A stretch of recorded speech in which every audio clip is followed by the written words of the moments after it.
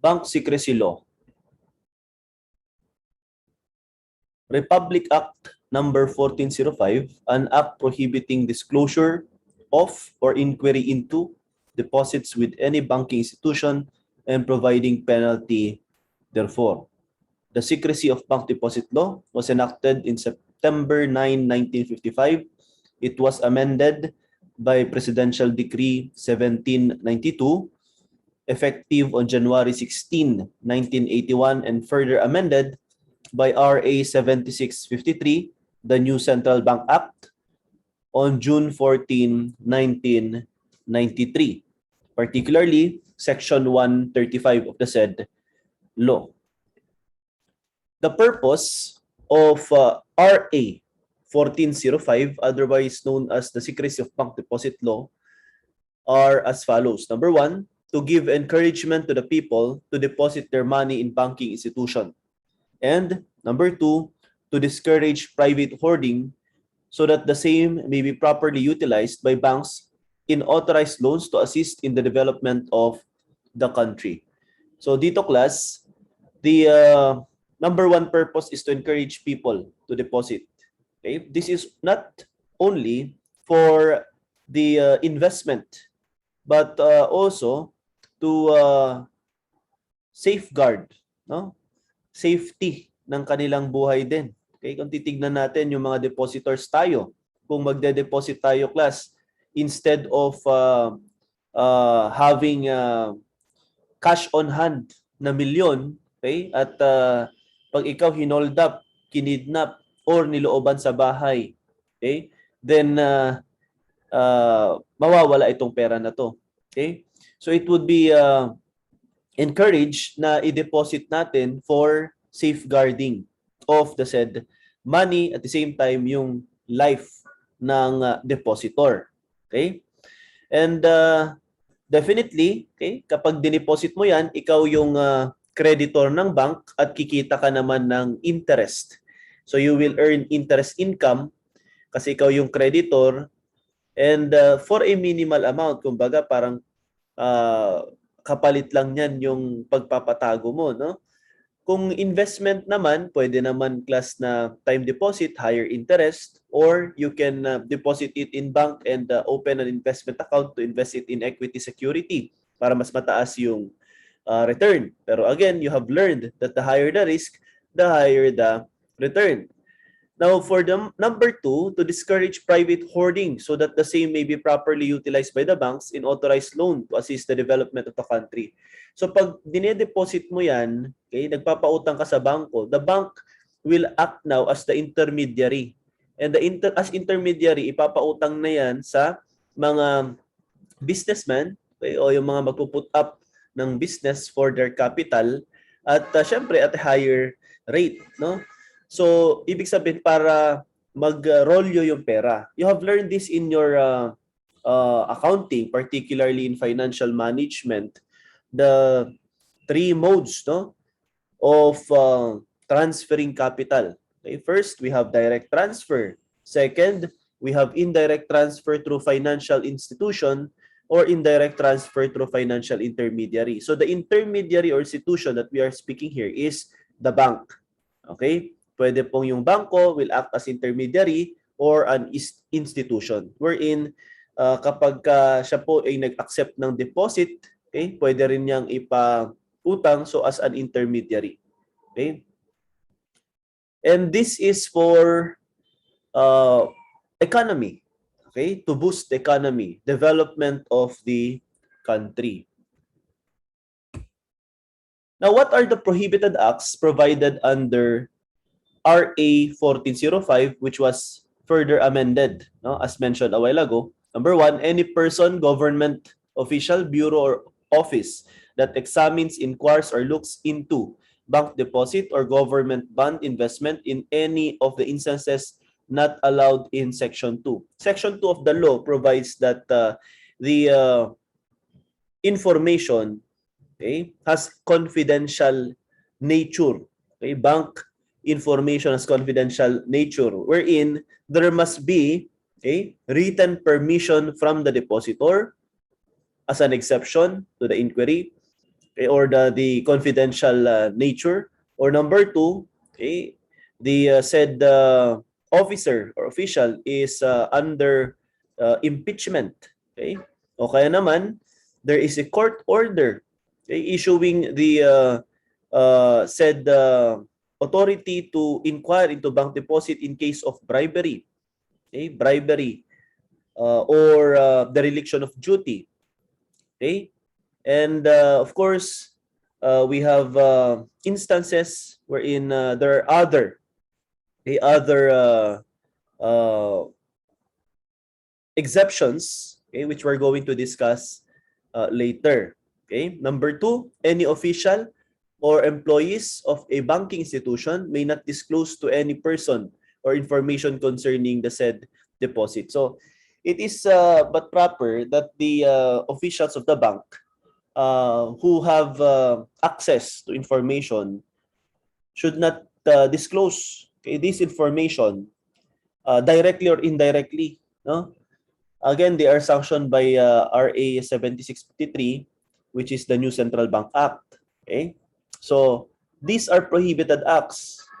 Now, under Section 2, okay, all deposits of whatever nature with the bank or banking institutions in the Philippines, including investment in bonds. So, hindi lang po deposit, no? Kung hindi yung mga investment in bonds issued by the government of the Philippines. I would like to highlight issued by the government of the Philippines kasi hindi naman yung mga investment sa bonds ng uh, corporations, no? Issued by corporations, hindi po covered yon. Its political subdivisions and its instrumentalities are hereby considered as absolutely confidential nature and may not be examined, inquired, or looked into by any person, government official, bureau, or office, except upon written permission of the depositor, okay, in case of impeachment, or upon order of competent court in case of bribery or dereliction of duty. So, i-highlight ulit natin ito. Okay, bribery or the dereliction of public officials' duty. Or in case where the money deposited or invested is subject matter of the litigation. So other cases under litigation. Okay? Like in case of the unlawful activities covered by AMLA. Okay? So pwede po yun. So permission or consent. Okay? We have the impeachment, competent order of the court, and subject matter of litigation.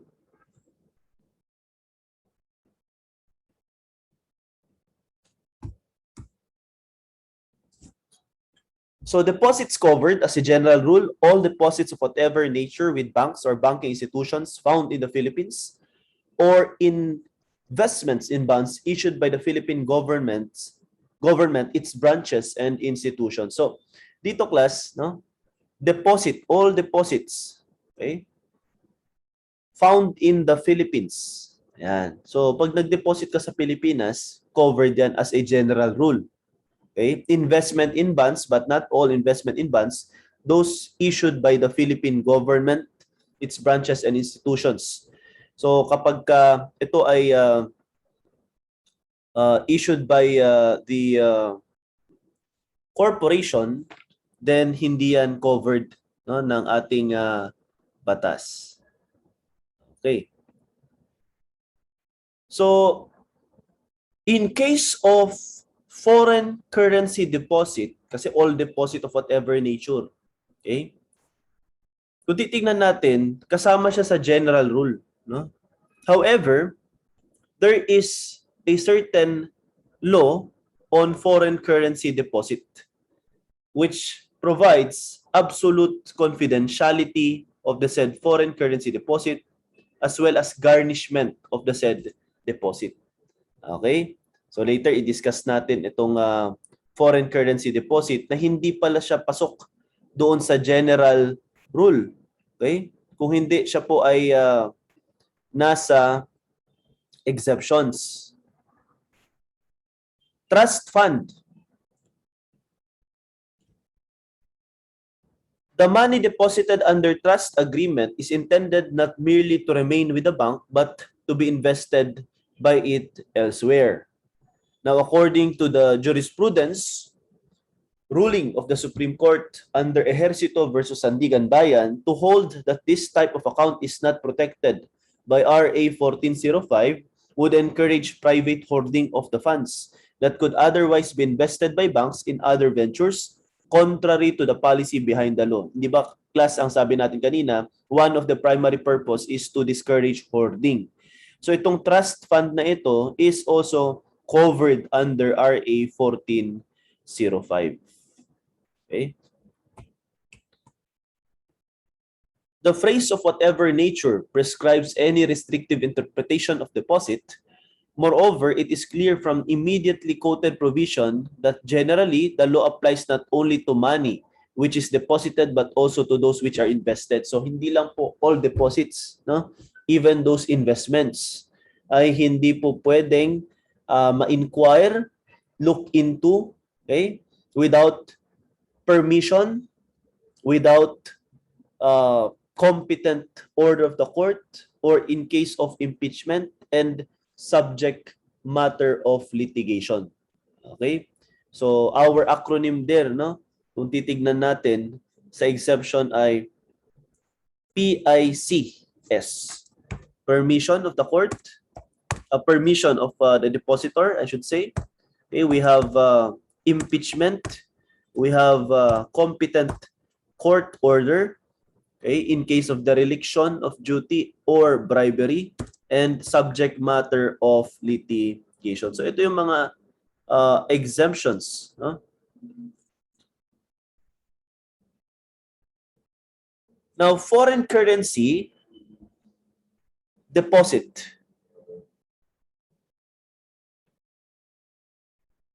Foreign currency deposits are governed by different law, which is the FCDA, which is RA 6426, no? Foreign currency deposit law.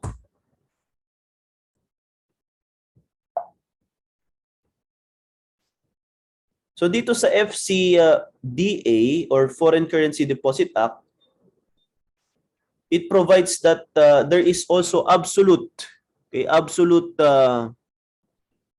confidentiality of the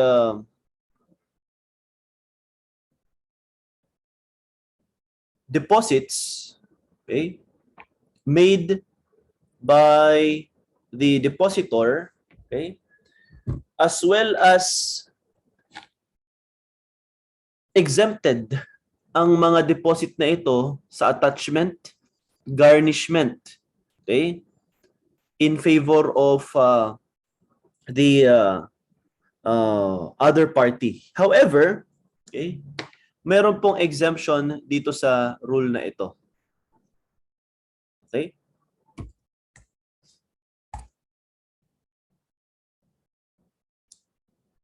So yung exemption sa rule na to, okay, we have here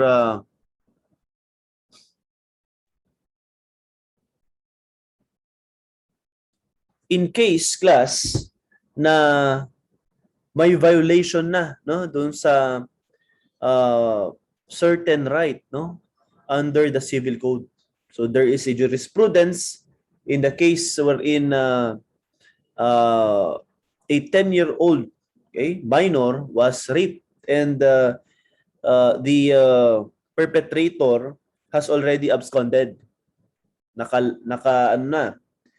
Nakalipad na, no? Hindi na siya mahuli.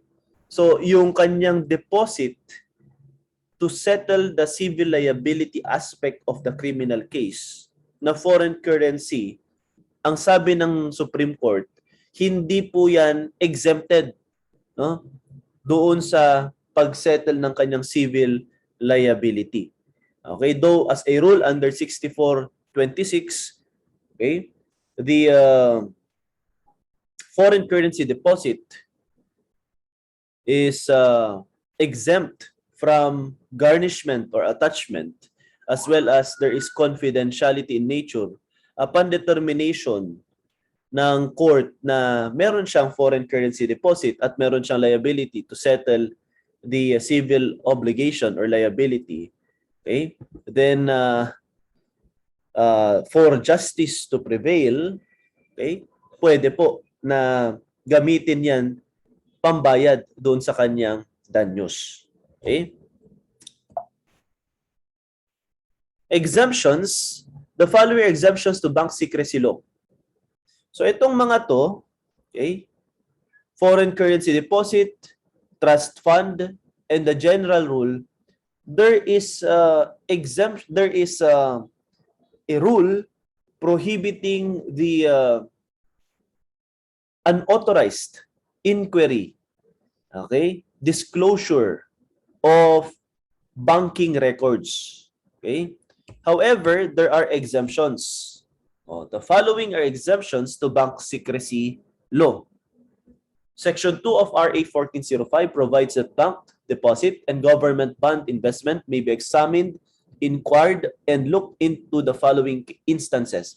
Now, before the amendment, it means na before the effectivity of the new Central Bank Act, particularly yung Section 135 of the said law, okay, yung presidential decree amending for RA 1405 ang in effect. At ang sabi ng presidential decree 1742, before amendment, when the examination is made in the course of special or general examination of the bank, which is specifically authorized by Monetary Board regarding bank fraud or irregularity, pwede po na mag-inquire. So dinagdag itong number 1 dun sa 1405. Okay? Number 2, when examination is made by an independent auditor hired by the bank to conduct its regular audit upon written permission of the depositor. So dinagdag ulit itong number 2 doon sa amendment ng RA 1405. Yung PICS speaks upon written permission in case of impeachment, upon competent order of the court in case of bribery or dereliction of duty, or when it is subject matter of litigation. Ito naman, original na sa 1405. However, okay, ito po, yung Section 2 ng RA 1405. This section and Section 3 were both amended by PD 1792, okay, issued on January 16, 1981, and was expressly repealed by Section 135 of the new Central Bank Act, RA 7653. So 1792 ang nag-amend sa RA 1405, and then further amended by RA 7653, approved on June 14, 1993. The original Section 2 and 3 of RA 1405 are hereby reproduced or for reference as follows. So inulit lang po, ni-revive lang yung Section 2, which provides that all deposits of whatever nature with the bank or banking institutions in the Philippines, including investment in bonds issued by the government of the Philippines, its political subdivisions, and instrumentalities are hereby considered as of an absolute confidential nature and may not be examined, inquired, or looked into by any person, government official, bureau, or office. So that's the general rule, absolute confidential nature, except upon written permission of the depositor. Kaya nga may nagpapa-waiver pa, that's permission. I-waive mo yung bank secrecy mo, written. So pipirma ka doon, hindi pwedeng press release lang, 'di ba, na verbal lang. Kailangan nakasulat ang sabi ng batas. Or in case of impeachment or upon order of competent court in case of bribery or dereliction of duty of public officials, or in cases where the money deposited or invested is the subject matter of litigation.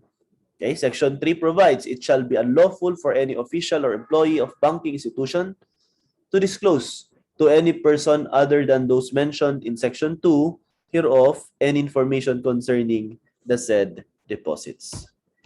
So after amendment, binalik lang. Number 1, upon written permission or consent in writing by the depositor. So kapag written permission, consent to be valid, It should be made knowingly, voluntarily, and with sufficient awareness of relevant circumstances and likely consequences. In case of impeachment, sino ba yung mga officials that are impeachable? You have the President, the Vice President, members of the Supreme Court, members of Constitutional Commission, and the Ombudsman. For culpable violation of Constitution, so that's the reason for impeachment, no? Treason, bribery, graft and corruption, other high crimes, or betrayal of public trust. Like in the case of President Joseph Ejercito Estrada, okay, impeachment of the President. Like in the case of former Chief Justice Corona, impeachment of Supreme Court Justice member. And as to Constitutional Commission, okay, we have the Commission on Human Rights, okay, we have COA, etc. Ombudsman, alam nyo naman yan, no? In cases of wherein government officials class ang involved, no, dun sa crimes such as RA 3019, Anti-Graft and Corrupt Practices Act, under the jurisdiction of the Ombudsman. So sila po yung magpa-file sa Sandigan Bayan. So si Ombudsman, siya naman po ay impeachable officer.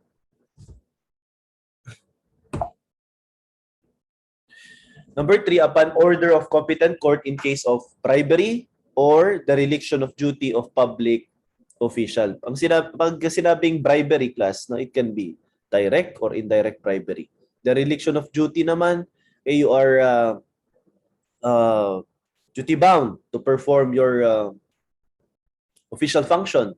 Nung nanumpa ka na ito yung gagawin mo as an employee of the government, but you failed to perform this duty, okay, dereliction. So pwede po na mag-order yung court to look into your bank accounts. In case where the money deposited or invested is the subject matter of litigation. So kumbaga, ito catch-all provision na to, no?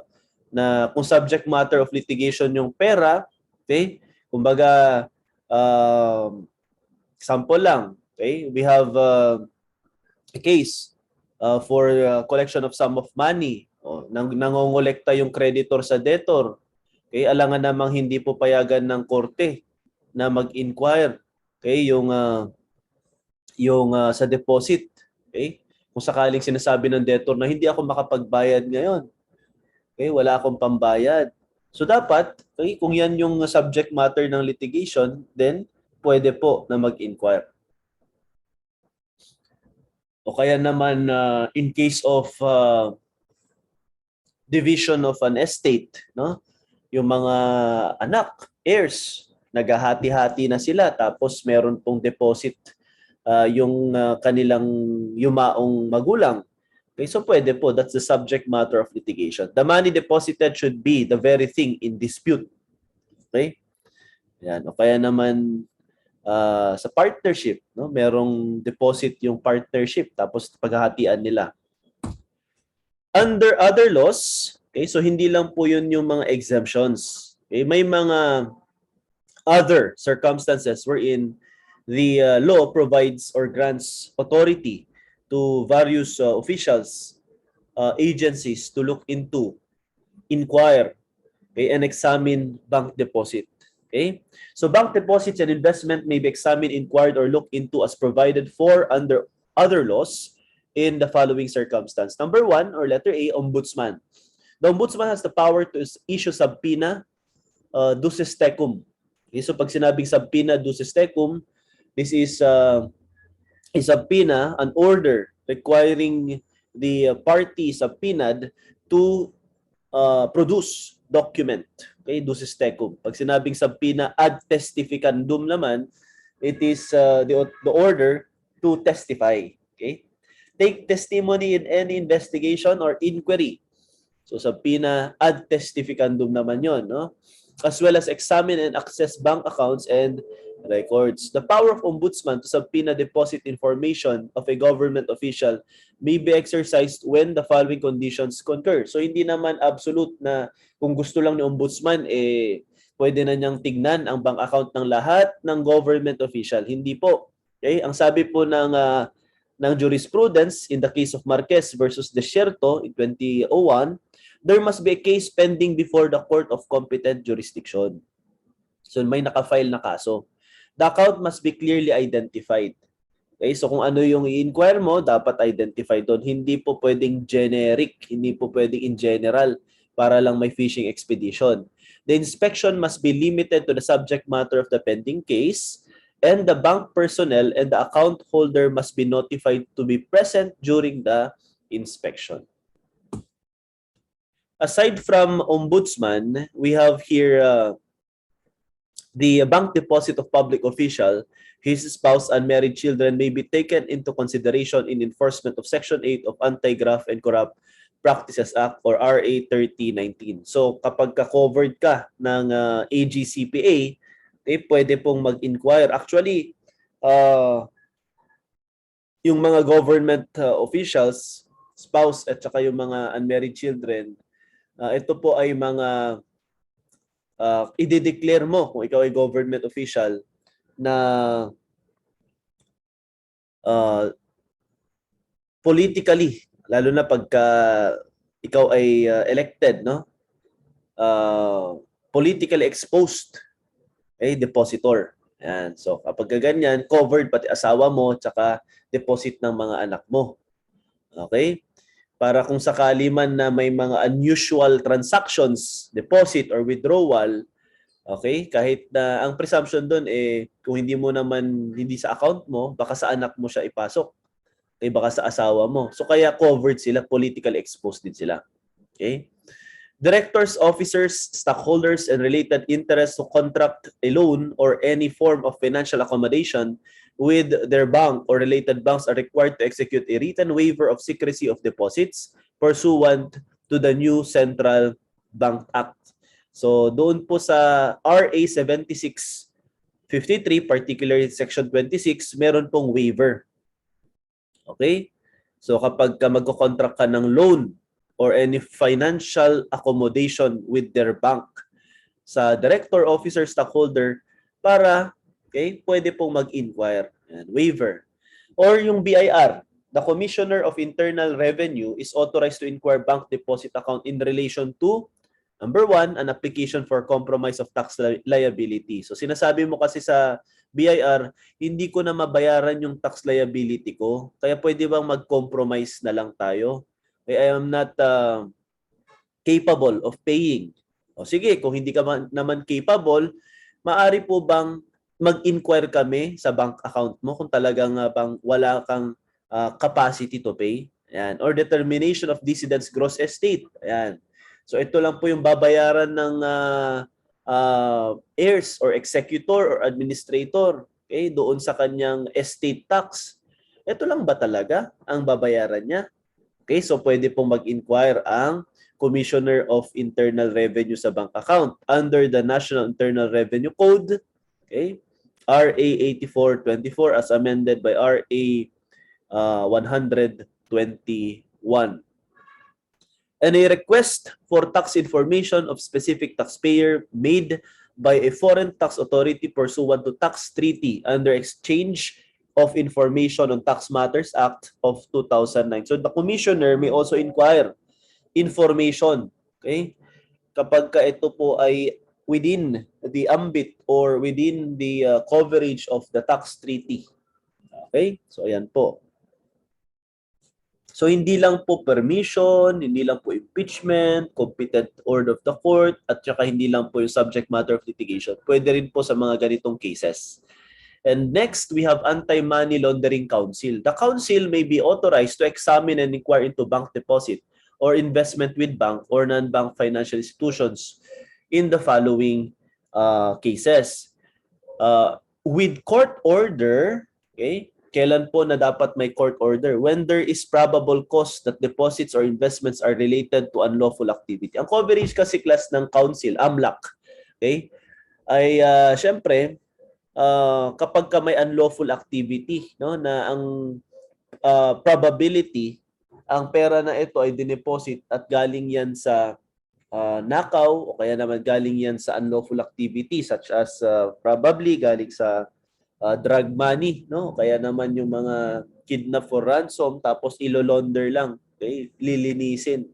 So kapag may probable cause na ito po ay related sa unlawful activity, the AMLAC should require, no, or should request, I should say, court order, okay, para mag-look into bank deposit para ma-verify nila sa transactions, okay? However, there is no need for a court order when probable cause exists that a particular deposit or investment with any banking institution is related to certain predicate crime, such as kidnapping for ransom. Okay, so kapag ito po ay meron ng crime na na-file, okay, that's already established, okay, tapos connected po dyan, so pwede po silang mag-inquire even without court order. Violation of Comprehensive Dangerous Act, okay, yung sinasabi nga natin na involved po sa trading or bentahan ng drugs, siya po ay nakasuhan na. So kahit wala ng court order, pwede na silang mag-inquire. Hijacking and other violations under RA number 62351. Okay, sumobra po ng isa. Destructive arson and murder. Okay? Aside from AMLAC, or the Anti-Money Laundering Council, the BSP is also authorized, okay, to inquire into or examine bank deposit or investment in the course of periodic or special examination. Kasi nire-require po ng RA 9160 yung Anti-Money Laundering Act or AMLA, okay? Yung BSP na, uy, mag-check nga kayo, mag-audit nga kayo, periodic and special examination, at i-report nyo nga sa amin kung merong mga red flag. Ayan, kung merong mga unusual transactions, suspicious transactions. Example po, pag nag-deposit ka ng more than 500,000 in one instance, okay, i-red flag ng bangko yan. Kaya kung ikaw naman yung nag-deposit, wala kang problema kung legitimate naman yung pinanggalingan. Example, ikaw ay nagbenta ng lupa na worth 1 million, nag-deposit ka ng 500,001 peso. I-red flag pa rin yan. Actually, tatanungin pa nga ng bank teller o kaya manager kung saan galing, di ba? Magi-inquire pa sila para, kumbaga, i-note siguro nila na ito ay legitimate, from legitimate transaction at hindi suspicious. Kaya yung iba naman, allegedly, ang ginagawa, hindi sila nagde-deposit ng more than 500,000. Okay? Tig 50,000 na 10 days naman. Pero kahit gawin mo yan, kung may pattern, suspicious pa rin yon. Ire-report pa rin ng BSP yon. Kasi required sila under Section 11 of RA 9160 to report these suspicious transactions or conduct annual testing which is limited to the determination of existence and true identity of the owners of numbered account. So yan po yung authority ng BSP to look into the account. Aside from BSP or Bangko Sentral, the PDIC is also authorized, no, to inquire into bank deposit when there is a finding of unsafe or unsound banking practices.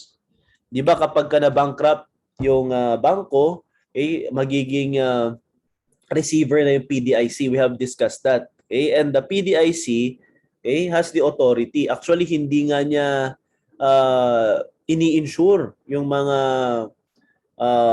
funds or deposits na galing sa unlawful activity. Okay? So, dapat alam niya na ito po ay unlawful. Okay? Para hindi siya covered. Aside from this, agencies, we have court. Yan. Court of Appeals. Designated special court may issue an order authorizing law enforcement officers to examine and gather information on deposits, placement, trust accounts, assets, and records in a bank or financial institution in connection with anti-terrorism case. The Commission on Audit, definitely, ang COA, no, is authorized to examine and audit government deposits pertaining to revenue and receipts of an expenditure or uses of funds and properties owned or held in trust, okay, by or pertaining to the government or any its of its subdivisions, agencies, or instrumentalities, including government-owned and controlled corporation with original charter. So COA is also authorized. And we proceed to foreign currency deposit. Garnishment of deposit including foreign deposit. Okay? The garnishment as a rule, okay, of bank deposit does not violate the law. So kapag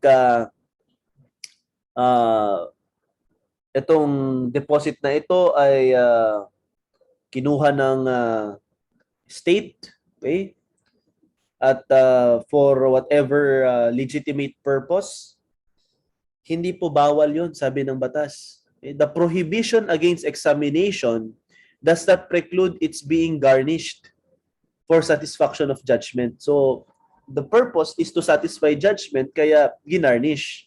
Okay? So, it does not mean na prohibited ka na to inquire, prohibited na rin siyang mag-garnish. Ayan na. The disclosure is purely incidental to the execution process, and it was not the intention of legislature to place bank deposits beyond the reach of judgment creditor under the case of PCIB versus CA in 1991. Ibig sabihin, yung batas na yan, okay, RA 7653, the New Central Bank Act amending RA 17 PD 1792, which amended RA 1405, okay, granting the absolute confidential nature of bank information. Okay, ito po does not grant exemptions from garnishment, di ba? Kahit na may bank secrecy, hindi po ibig sabihin na hindi na pwedeng i-garnish. However, okay, with regard to foreign deposit, ito po ang general rule. Baliktad naman po. The foreign currency deposit shall be exempt from garnishment. Okay? Kung sa Philippine deposit, no, local, at hindi foreign currency, peso deposit, I should say, general rule yung may garnishment talaga. Okay? Dito naman sa foreign deposit, garnishment, attachment, and any other order or process of court, legislative body, government agency, or any administrative body whatsoever, exempted po itong foreign currency deposit. Kaya, ganun na lang siguro yung ginagawa ng iba, no, na para hindi maging covered ng any attachment, garnishment, or order of the court. Okay? Instead na mag-deposit ako ng peso, bili na lang ako ng dollars. Tapos i-deposit ko under foreign currency so that it is not within the jurisdiction or competent authority na mag-garnish. Diba? However, yan yung general rule. Diba? Hindi pwedeng mag-garnish, hindi pwedeng i-attach or any order or process of the court. Okay? Hindi pwedeng galawin as a rule. Okay? Kasi nga foreign currency deposit. Bakit ba ganun, sir? Bakit ba kapag foreign currency, ano bang pagkakaiba niya sa peso deposit? Yung RA 6426 kasi, ginawa yan, class, para ma-encourage yung mga investors mula sa ibang bansa na mag-invest at mag-deposit ng foreign currency sa Pilipinas. So para ma-encourage sila, binigyan sila ng protection ng batas na RA 6426, the Foreign Currency Deposit Act, na kung saan mag-deposit kayo, mga investors ng foreign currency, hindi pwedeng i-inquire yung deposit nyo, secret lang. Pangalawa, hindi rin pwedeng i-attach, i-garnish, or kuhanin through court order. Okay? So, ayan na. So, syempre nakakainganyo sa mga foreign investors. Okay? So, dito na sila magde-deposit. Ngayon, may exception sa rule. The application of Section 8 of RA 6426, though the law did not provide an exception, hindi po nakalagay sa RA 6426 yung exception ng garnishment. Ang sabi pa nga doon, however, okay, the said deposit is exempt from garnishment, attachment, and any other order, process of any court, legislative body, government agency, or any administrative body whatsoever. Ang exemption clause ay it depends on the extent of its justice. So kapag ginagamit na itong exempt from garnishment to derail, okay, o kaya naman for justice not to prevail, di ba? Hindi na po pwede yan.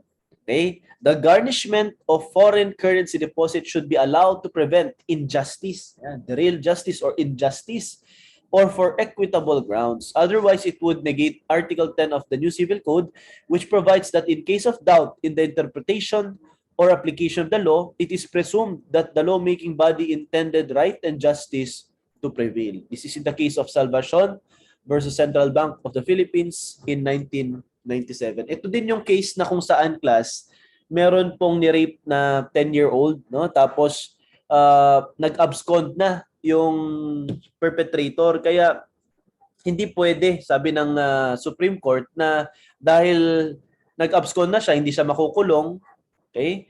Hindi siya mahanap unless mahanap siya at saka ma-deport. Pangalawa, hindi dahil foreign currency outside na ng competent jurisdiction. Okay? This is an injustice, no? Inequitable ito. Okay? So the presumption is the lawmaking body intended right and justice to prevail. So to allow foreign currency deposit to be garnished, if to satisfy judgment, okay, that is intending right and justice to prevail. Yun ang sabi ng Supreme Court. Okay, so ito yung Section 8 class, no, ng RA 6426. Okay? All foreign currency deposit authorized under this Act as amended by PD 1035 as well as foreign currency deposit authorized under PD 1034 are hereby declared as and considered of an absolute confidential nature and except upon written permission of the depositor in no instance, no, shall foreign currency deposit be examined, inquired, or looked into by any person, government official, bureau, or office, whether judicial or administrative or legislative or any other entity, whether public or private. Isa lang ang exception na binigay, permission of the depositor. Written permission. Okay? Provided, however, that said foreign currency deposit shall be exempt from attachment, garnishment, or any other order or process of any court, legislative body, government agency, or any administrative body whatsoever. So yan po, nilagay pa sa batas na exempt sila from AGO, attachment, garnishment, and other order. However, this rule, okay, exempting the foreign currency deposit from attachment, garnishment, and other order has exemptions provided in the jurisprudence because, again, under Article 10 of the New Civil Code, okay, the lawmaking body intended justice to prevail. Okay, right and justice to prevail. In one case, a debtor obtained foreign currency deposit or loan from bank to invest in the purchase of satellite. The loan was further secured by bond issued by reputable insurer. The loan was not paid, so hindi po nabayaran, obviously. Then, maniningil. The lender called on the loan and ran after the surety, which raised as a defense that the loan proceeds were not used for the purpose specified in the surety agreement. Since there was misrepresentation, the surety contended that it could not be held liable on the bond. In support of its defense, the surety asked for court subpoena to be able to inquire into whereabouts of the loan proceeds. The court held that this is not possible given the statute that exempts foreign currency deposit from any court order. So yung pag subpoena, no, mag-issue ng court to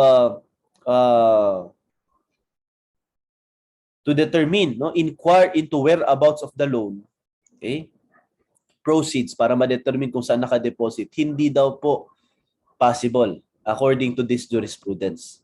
Okay, exempt. Kasi nga, ang sabi ng batas, meron pong absolute confidential nature. Ang exemption lang po ay written permission, okay, with regard to inquiry. Sa number 2, ito naman garnishment. In another case, the Supreme Court allowed no, allowed garnishment of foreign currency deposit of foreign transient to satisfy civil liability arising from criminal offense. The case, again, provided is the perpetrator raped 10-year-old minor but was able to abscond. In disregarding the rigid construction of RA 6426, the court pronounced that the law could not be invoked to condone a wrongdoing or used for any purpose inconsistent with salutary intent of the law. That is under Salvacion versus Central Bank of the Philippines, as discussed a while ago. Okay, the lawmaking body intended justice and right to prevail. The Higher Court likewise refused a trustee from invoking RA 6426 after he diverted the beneficial owner's deposits to his own account. Okay, declaring that only the owner of the deposit can benefit from protective mantle of 6426. So hindi po, no, kapag ka yung trustee, okay, transfer niya, okay, diverted the beneficial owner's deposit to his own account, hindi po ibig sabihin na not covered na ng RA 6426. So by law, notwithstanding RA 1405 and 6426, the Anti-Money Laundering Council may also inquire into funds and deposit if there is probable cause. Kaya dapat yan ang establish ng AMLAC. Probable cause na may unlawful activities. Okay? Under AMLA, under the coverage of Anti-Money Laundering Act, na kung saan related po yun.